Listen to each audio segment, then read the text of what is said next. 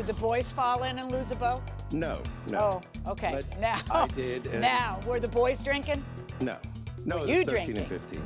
Exactly. Were Over you that drinking? time, I think I had 3 little Trulies, which, is hardly You drink a thing. Trulies? This is the plaintiff, Joel.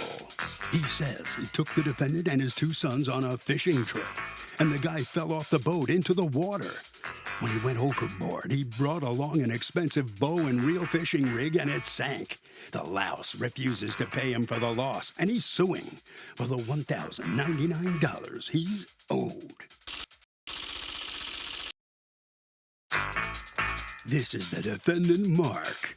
He says the plaintiff never mentioned he or his sons would be responsible if an accident occurred, which obviously it did because he slipped off the boat. This guy must have some sort of business insurance to cover the loss of the fishing rig. It wasn't his fault. He fell off the boat, and he feels he doesn't owe this guy all this money. He's accused of going overboard. All parties, please raise your right hands. What you are about to witness is real. The participants are not actors. They are actual litigants with a case pending in civil court. Both parties have agreed to drop their claims and have their cases settled here before Judge Marilyn Millian in our forum, the People's Court. People's Court is now in session. The Honorable Judge Marilyn Millian presiding. Litigants have been sworn, Your Honor. Thank you, Douglas. You're welcome. All right, Mr. Joel, you're suing Mr. Mark for $1,099 in equipment that you say he lost during a fishing trip. Tell me what you do for a living. Yes, ma'am. I grew up fishing, and about 20 years ago, I was introduced to the sport of bow fishing, where we use a bow with a reel mounted to it to shoot the fish with an arrow. Oh my goodness. It's completely different. It's really exciting. Instead of sitting there and waiting on a fish to bite, we go find them and shoot them. About 8 years ago, a bunch of friends of mine told me I should start guiding because I took so many people out, already for free. They said, do what you love, make money at it. So I did. Okay. Well, on June of 2020, the defendant contacted me about taking him and his sons out for a trip. We talked about the different trips that I offer. My normal regular trips for the smaller fish are $300, and that was at the time. Then these trips for this trophy alligator gar are $600. What's an alligator gar? They're really prehistoric looking. They look similar to an alligator, hence the name. Yep, that's them. Wow. Where are you from? You're from San Texas. Antonio, Texas. Yeah. Yeah. Anyway, so he picks that trip, and then what happens? He's going on with your sons, Mr. Mark. How old are your sons? At the time, they were 13 and 15. Okay. And what happens, Mr. Joel? You take them out on the trip. How long is the trip? The trip was, I believe, 6 hours. Okay. But pre-trip at the boat ramp, before I launched the boat, I go over a safety brief. I tell them how the bows operate and how to do it safely and all that.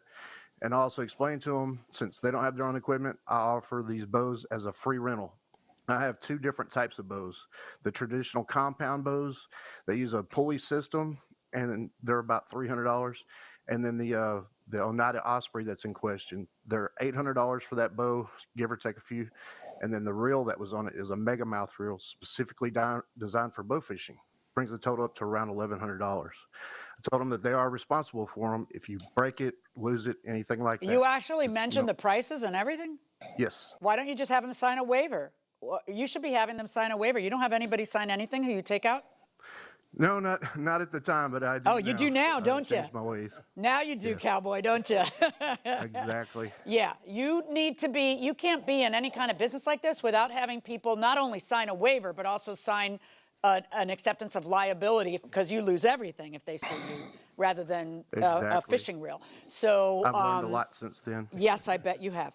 All right, so how was it that this came about, Mr. Mark? What happened on the trip? Tell me. Well, the trip is at night, so we go into I don't know, 8 or 9 p.m., and then we go out, and then it takes a while to get to the prime fishing spot, I suppose. And it's a flat boat, and around the edges, I guess it's about a foot wide, the border around, from what I can remember. And basically, you stand on the edge, anywhere front to back, and you bow fish.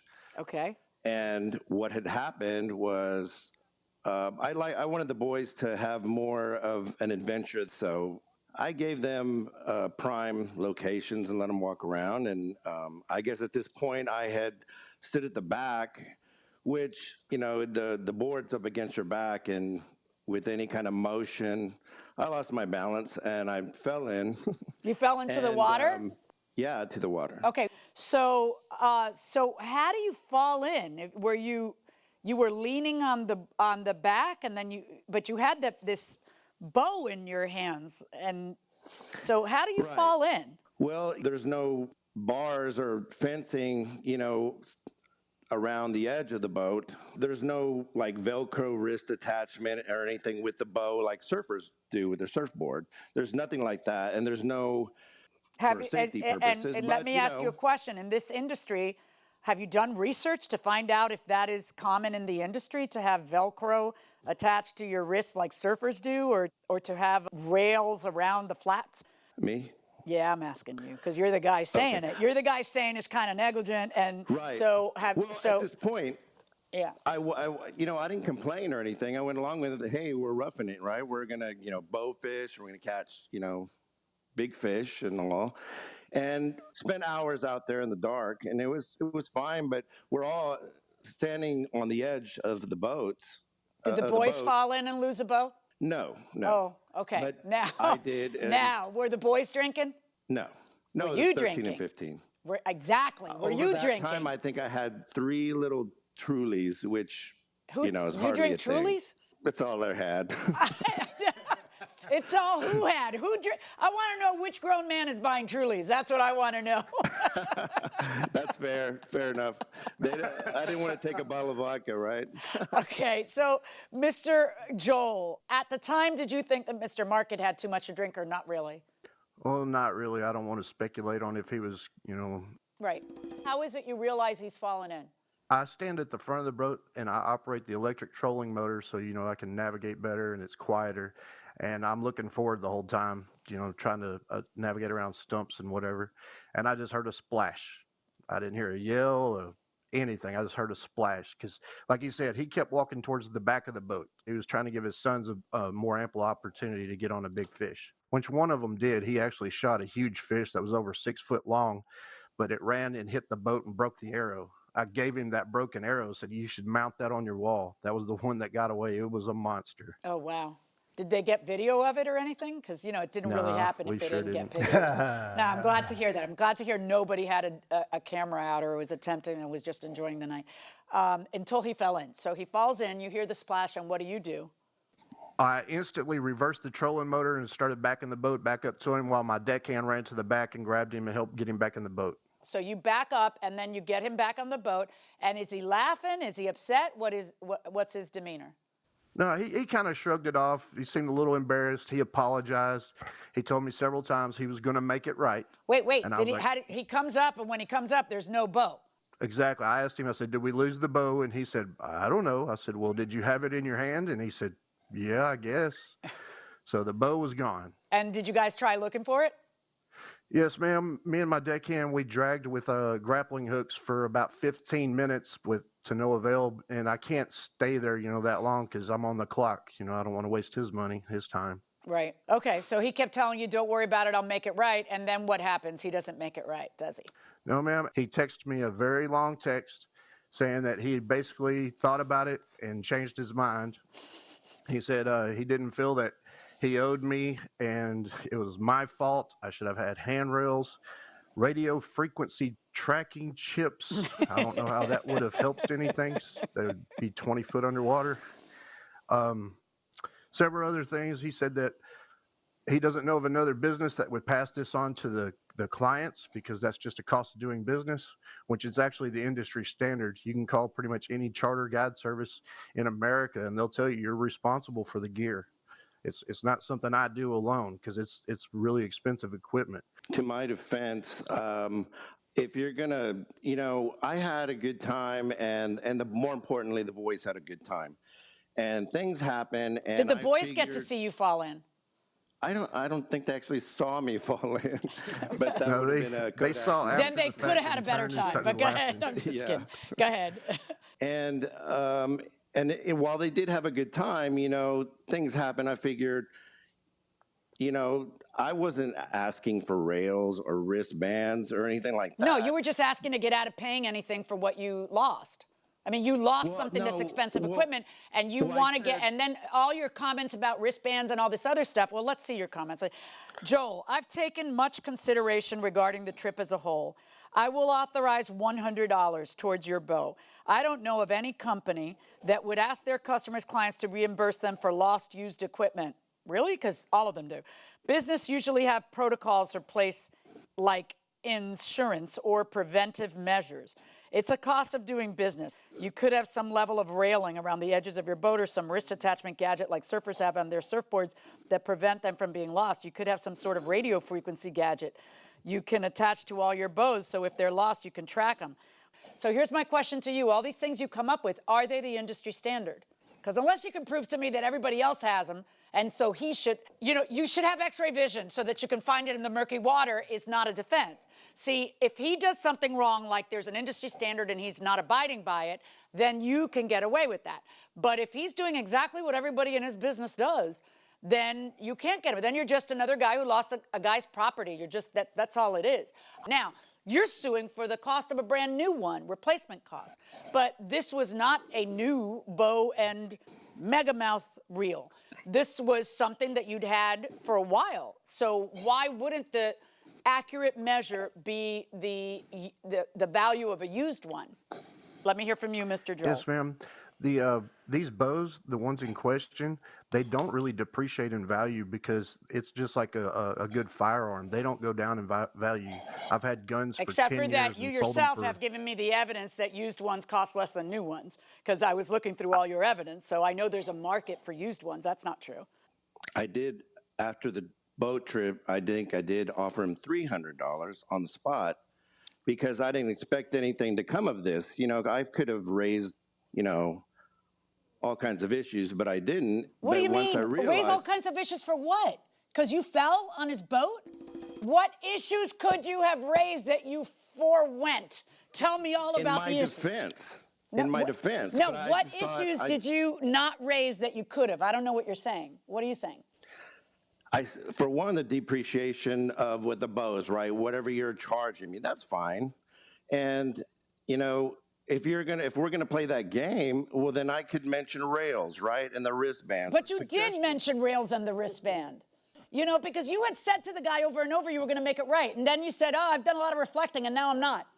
And here's why. So you exactly did what you're saying you didn't do. You exactly did that. That's the reason you gave him for not paying him a penny.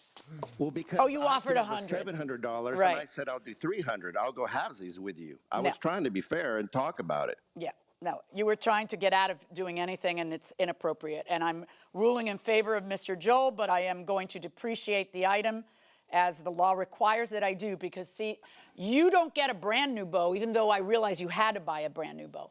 Your loss is secured at the time of the loss. Like, it's the value of the item at the time of the loss, not the value of the item when you bought it, the value of the item at the time of the loss. So it is a depreciated item. It does not increase in value. There's no evidence. You presented to me no evidence that it increases in value. In fact, you have very helpfully provided, which I would have found on my own anyway, so don't feel bad, evidence that there's a used market for it. So I'm ruling in your favor in the amount of $750. Good luck. thank you. So the plaintiff gets $750 for a new bow from the defendant. Mr. Mark, what do you think right now? In the end, it is what it is. I'm surprised you didn't feel guilty and want to pay him for some. Most people And I did. would feel like, And that's where but not the $100 judge- or $300 for an $1,100 bow. Anyway, all I can tell you is that's a judge's decision, and you got to pay up. All right, Joe. Let me ask you: you're not getting the full $1,099. A little over $700. Is that okay with you? That's fine. I'm happy with the judge's decision, and I can respect that. I think people would have a lot better understanding of how all this works is if you could describe the boat. Describe it real quick. Yes, it's 20 foot long and about 8 foot wide. It has full walk-arounds on it, so it's easy to walk around on it. And one other question: how do you catch these fish at night in the dark? What do you do? I have a generator and I have 1950-watt floodlights wrapped around the boat, so it lights it up like it's daylight. Lights the water up around it. In other words, Yes. you see the fish down on the bottom, right? Exactly. Interesting. You Sounds should like come join me, Doug. sounds like fun. All right. All right. Thank you very much. Congratulations. You're going to get some money. Not everything, but a good bit. All right. Thank Good you. luck to you. All right. All right, Harvey. Doug, what really sucks about the law is if you have to replace an item that somebody else has damaged, you don't get the retail value. The law is you only get the depreciated value at the time of the loss. Judge John says you might get a ticket for not having insurance in Florida. How do people get their cars registered without it? You do have to have proof of insurance to register the car initially, right? In Florida, I mean, it's probably like that in just about every state. The problem is people then don't make the payments. They don't make the They first let payment. it lapse. They just say don't They renew say, it. well, got my Right. registration, and then Right. they ride around without insurance. Right, and then the people do all kinds of crazy stuff to keep their cars on the road. They don't pay the insurance, which can get you in trouble. Get your license suspended and get you fined. They will steal a registration sticker off of one car and Oh, put that's it on happened their to both own. of us. Yeah. They'll steal them and they'll put them on their own car to make it look like their car's properly registered. They jump title to avoid paying taxes on the car. That's why whenever you sell a car, you have to make sure that they put the car in their own name. Because Right. next thing you know, there's a car accident and someone Right. files against it's in you. your name. And it's in Wait your a name. minute, I sold Right. that car 3 years ago. Yeah. Right. So people go through all kinds of machinations like that to try to avoid paying for the cost of a car. But I don't know. I just pay the registration fee and pay the insurance every year. That's a good idea. Welcome back to the People's Court. Next case on the docket. The plaintiff says she hired the defendant to put dreadlocks in her hair, says the woman did an awful job and she ended up breaking out in rashes. But the defendant says she did everything by the book with this woman, and any problems she had with the job were her fault because she overreacted. It's the case of a dreadful experience. Thank you, Douglas. All right, Ms. Tolbert, you are suing Ms. LaTanya for $1,200, $500 that you paid for dreadlocks, $156 that you paid for a hotel the night before, I guess, and the rest for emotional distress. Tell me what happened. Originally, I was just looking for a hairstyle. I had posted a status on Facebook, so I was open for basically anyone to, who was willing to do what I was looking for with the products that I was looking for.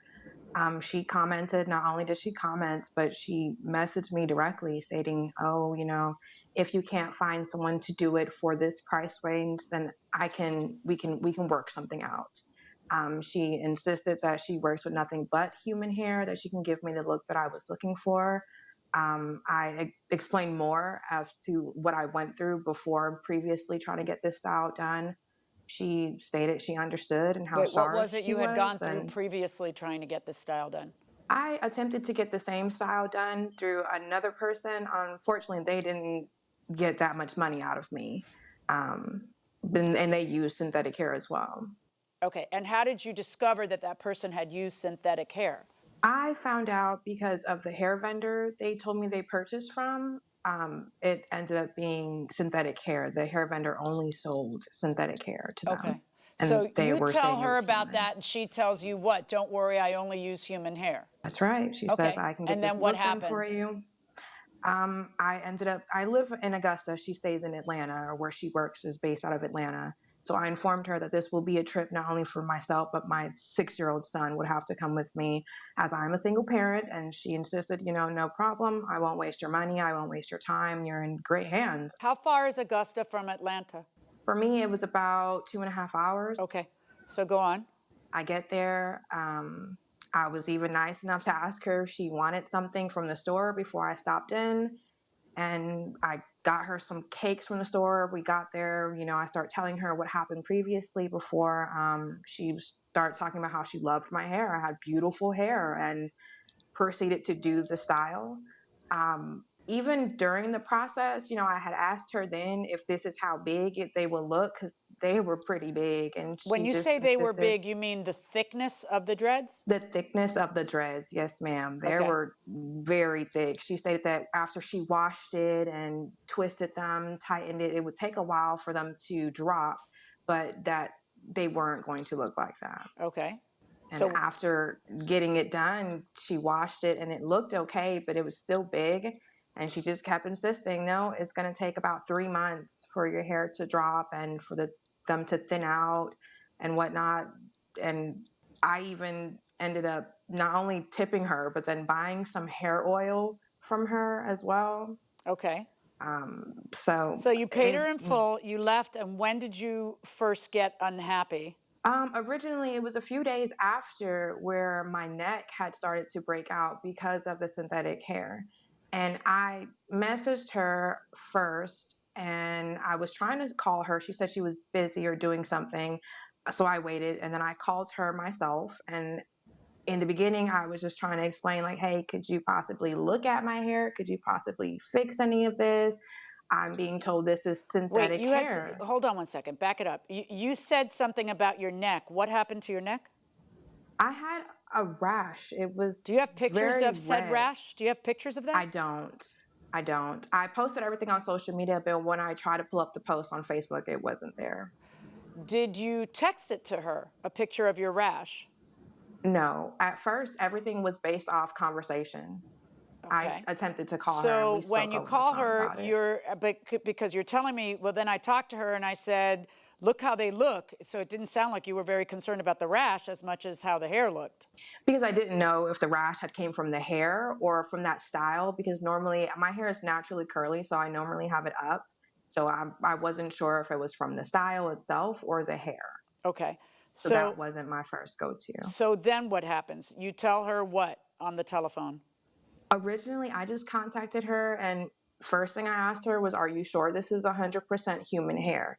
She said, yep, that's all I work with. So then I proceeded to let her know. And not only over the phone, I sent her pictures then of the way the back of my hair looked from my friend who was able to take pictures for me. Not only that, but But then if I you told had a her rash at that moment too, why didn't you just take a picture of the rash, if that's true? that wasn't my biggest concern. My biggest concern was the fact that So what evidence do you have that it's synthetic hair? the fact I had it tested by a hairstylist herself. How did she who I went test to it? go. Originally, she said if you burn synthetic hair, it smells like plastic. And then she burnt like a piece of a human hair, like a strip of human hair for like a wig. She had burnt that, and you can tell the difference of the smell. No, One smelled like plastic. where's your testimony of some expert testing the hair that was put on you and concluding that it was synthetic? I don't have. Okay, so any what of that you have, testimony. so what is it you say you have? It's you telling me that she says when you burn it, but she didn't burn your hair, did she? No, So I'm she wondering didn't. what evidence you have, because I see in the text, when you talk to Ms. LaTanya, you tell her, I tested it and it's synthetic hair, but actually nobody tested it, right? No. Ms. LaTanya, tell me, do you use synthetic hair? No, ma'am. To be honest, I didn't even know that they sold synthetic hair for dreadlock extensions. Do because to they? be I don't know. Do they? No, you only would use 100% human hair for lock extensions. And I purchase it. I'm very clear with all of my clients that I purchase the hair. I don't make the hair. Right. Okay. So she's upset because what day did you have the hairstyle done? I had it done the 17th of January. 17th of January. And Yes, ma'am. okay, these are pictures of you on what day? February 2nd? Yes, ma'am. Okay. And all the little pins that you have in your hair, you have them why? I was attempting to try to retwist them myself or make them look better before I ended up cutting it off. So talk to me about what I'm seeing in the picture, Ms. LaTanya. So, and it's common. I have lock extensions myself. Locks are not perfect. A lot of times people have in their mind that they think lock extensions should be perfect. They see fake locks and they think that that's what's going to be. Well, her hair, I only added 4 inches to the end of her hair. Because of her hair texture, you can see the difference in maybe the hair that I purchased and used versus her hair. So there may be some thinning spots in 1 or 2 locks. All she had to do How do was you talk fix to that? me. Like, what is it that, Like, for example, the lock she's showing me now, what is she trying to show me? That it's thick and thin and thick and thin? Is that her problem with it? Right, so I take the hair, I sent you a picture of the hair that I purchased. I take that hair and I add it to the thinning parts with my crochet needle. Well, they call it a crochet needle, but in actuality it's not. So I take my needle and I just go through the lock and add the hair, and you make it proportioned throughout the entire lock. I do that with natural and I do that with lock. So what went wrong here? Why didn't you just do that for her? She chose to go berserk, and I'm not a confrontational person. So immediately when she called me and said, hey, what kind of hair is this? And I again said, this is human hair, that's the hair I use. I don't use any type. What's synthetic and some? I immediately said, hey, I'm not going back and forth with you. What was it she said that offended you? Someone told her that it was synthetic hair and it's not real hair. And I was like, hold on, like, listen, I'm not going to argue with you. I'm not confrontational. Yeah, but not confrontational is one thing, and being a businesswoman and not talking to her and dealing with her is another. I immediately said to her, when she said, is this human hair? I said, yes, I only use 100% human hair. But somebody told me that it wasn't. She immediately started to I understand. go. So then you tell her, yes, and I'm telling you it's human hair, and I'll show you the receipt. What's the problem? I can fix that. Why don't you come in? But how come it didn't go that way? Why didn't you just tell her to come in? She chose immediately she never gave me a chance to say anything. She immediately started with the ranting and raving. Like, I didn't have a chance to say anything. But what was she ranting and raving? What was she saying to you? That was it, repeatedly. Somebody told me that this isn't human hair. You know that you're a liar. This isn't human hair in my head. It's synthetic. So she called you a liar. She called me a liar. She was very angry, very confrontational. And if you know, people that know me, I've had customers that I've had to go back and fix. Maybe a lock has slipped out. I had to go back and repair. I have no issues with that. I gave her a discount because she gave me a side story about someone else scamming her. I felt really bad. She's absolutely correct. She did offer to bring me something to eat that morning because she was running late to her appointment, because she had just, as she's told you, she was in a hotel room with her 6-year-old. She went out for drinks that night, left the son at the hotel room by himself. How do you know that? Wait, how do you know that? She told me out of her own mouth. The reason I'm running late, I locked my son out of the hotel room, and he, when she came back from the club, he was sitting outside of the hotel room crying. Like, did you lock your kid out and go to the club, Ms. Tolbert? I don't drink, and my 6-year-old son was with me. I did not go to the club that night. I ended up having to pick up my old roommate from a few years ago, so that she could watch him while I was in her salon getting my hair done. So, in fact, I probably was a few minutes late, but I'm more concerned about the lockout of the kid the night before that she's describing that you told her about. You're saying she's making that up? The only conversation that I remember us having was of her family and of her troubles. I'm not talking to you about that. I'm talking to you about what I'm asking you about. So did you ever tell her that you went out to the club and you locked your kid out and all this other stuff? No, ma'am. Okay. You have a counterclaim against her for defamation of character, Ms. LaTanya. Tell me about that. She went on Facebook. She went on Instagram. She was contacting people under the pictures that I put on Instagram. She was anybody that made a comment that said, hey, this is great, she would be messaging them. I wouldn't go. She's using filters. Well, I work hard on my brand. I wouldn't do that. So I had a cancellation. A girl wasn't sure. She said, no offense on your work or anything, but I don't know if you use real hair or not, to just be honest. So that's devastating my brand. Like, why would you do that? Because if you tested the hair, all you had to do was bleach it. On my grandmother who died in my arms, I would not make that up. I would never use fake hair because I did not even know that they sold the fake hair. And I have all receipts. I purchased it from a hair store as well as order it online. I sent pictures of the hair that I used. I sent pictures of people that dye that hair. She's never mentioned that she got a rash. If you can see the messages between me and her, why have she never mentioned about a rash until now?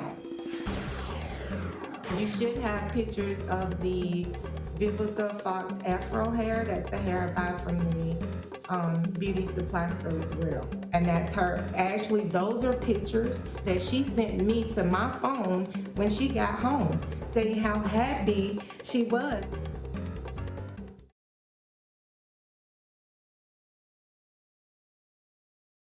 Welcome back to the People's Court. The plaintiff took some drastic measures, cut all her hair off because she was so displeased with the defendant's job. Let's go back into the courtroom. You said in your statement that you shaved your head, but I also don't have pictures of a shaved head. I submitted the picture of when I originally cut it.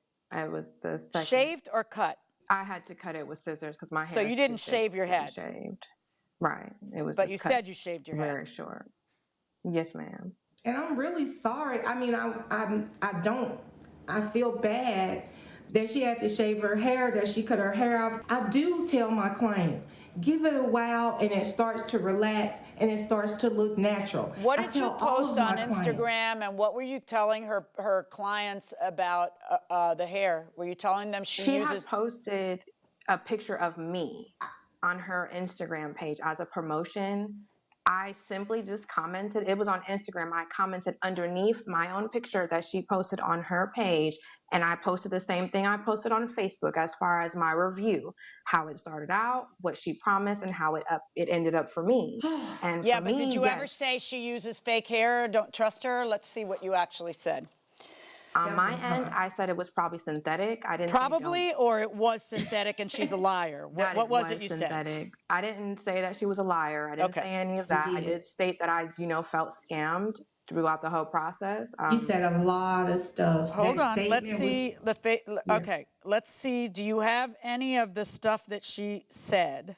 Unfortunately, I didn't take a screenshot of the Facebook because I didn't even think it would come to this. I deleted myself from this. Okay, so you don't have any evidence deleted- of the stuff that she said that you're suing for $5 grand for? No, but the people that she spoke with, there's one girl that sent in a witness statement that she spoke with on Instagram. Okay, And I'm sorry, Ms. that's Tolbert, true.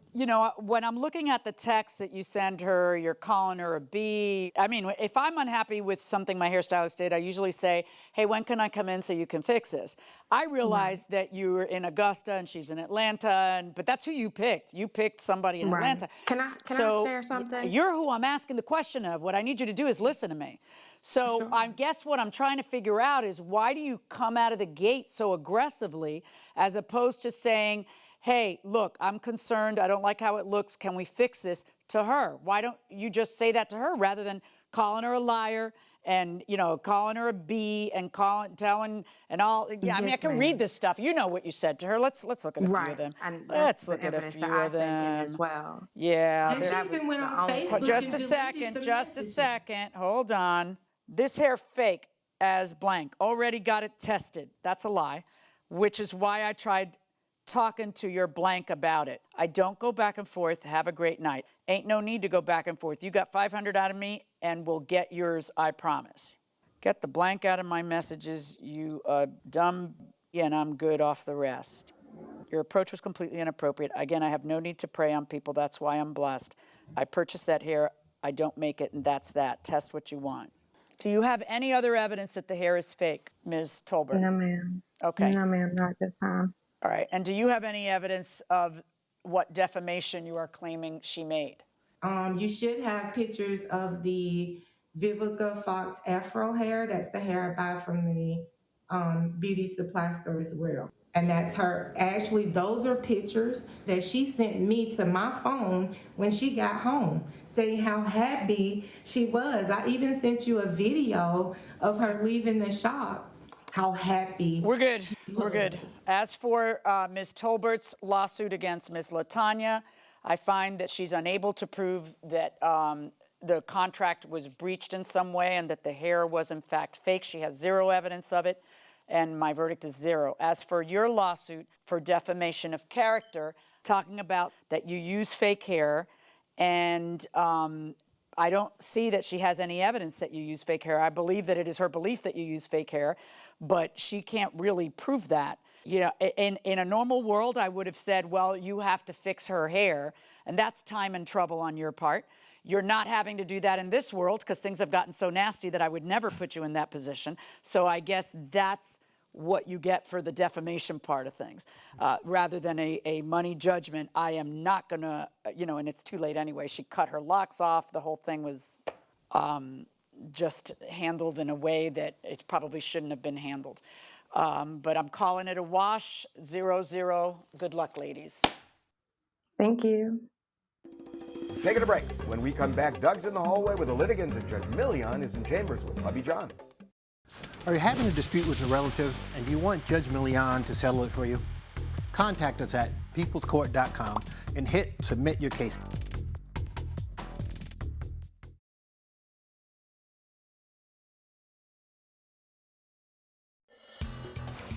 Let's talk first to the defendant in this case, Ms. LaTonya. You're a very convincing litigant, but you didn't have any evidence. So do you understand the judge's decision, why she made it that way?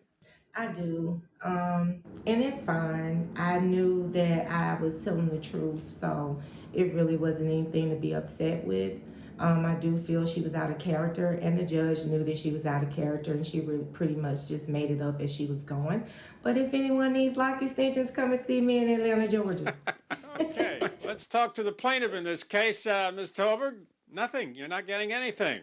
How do you feel? And that's okay. I was out of it when I handed her my money. You think you'll ever try to get that hairstyle done again, or have you had it? No, I come with beautiful hair. I need to just live with that and learn to love it. Okay. Well, good for you. How about that, Harvey? What do you think?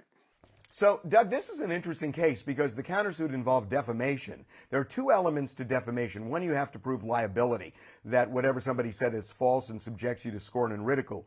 The other is damages. And in this case, the problem was damages. The defendant didn't suffer, therefore, zip. I can see how ruffled you become when especially female litigants testify that they're showering their boyfriends with money, gifts, phones, cars, etc., essentially buying their love. Is this a result of having a strong, independent Cuban grandmother or mother, or did you develop that trait on your own? Oh, I think it's in the DNA of all the women in my family. You don't have very much tolerance for dependency of any No, kind. I You think don't. everybody should be self-sufficient, Yes. everybody should be independent, Yes. and everybody should be able to stand on their own, right? And even my father, I was culturally very old-fashioned. My parents chaperoned me. Right. My mother chaperoned me until I was a senior in high school. Right. As Separate you know, you if you're dancing too separated, close leave at the room for dance, Jesus, right? and Get separated guys you while you apart. were dancing. Right. But my father always, there was never any question I was going to college, which was an unusual mix of Neanderthal with progressive. Right, he had a fourth grade education, a very successful man. Yeah. But he just got there by his wits. He said, no child of mine is going to depend on any man. He always said that to me. He says, you need to have your own career, your own, you need to be able to depend on yourself. And that's how we've raised, of course, our three children. But your parents never helped you with your homework? Oh, are you kidding me? This helicopter It's like none of parenting that stuff, that right? we did and others are guilty of, there was none of that. First of all, my parents, they couldn't do the homework, but aside from that, they also wouldn't have helped me with they had their job, I had my job, and that was that.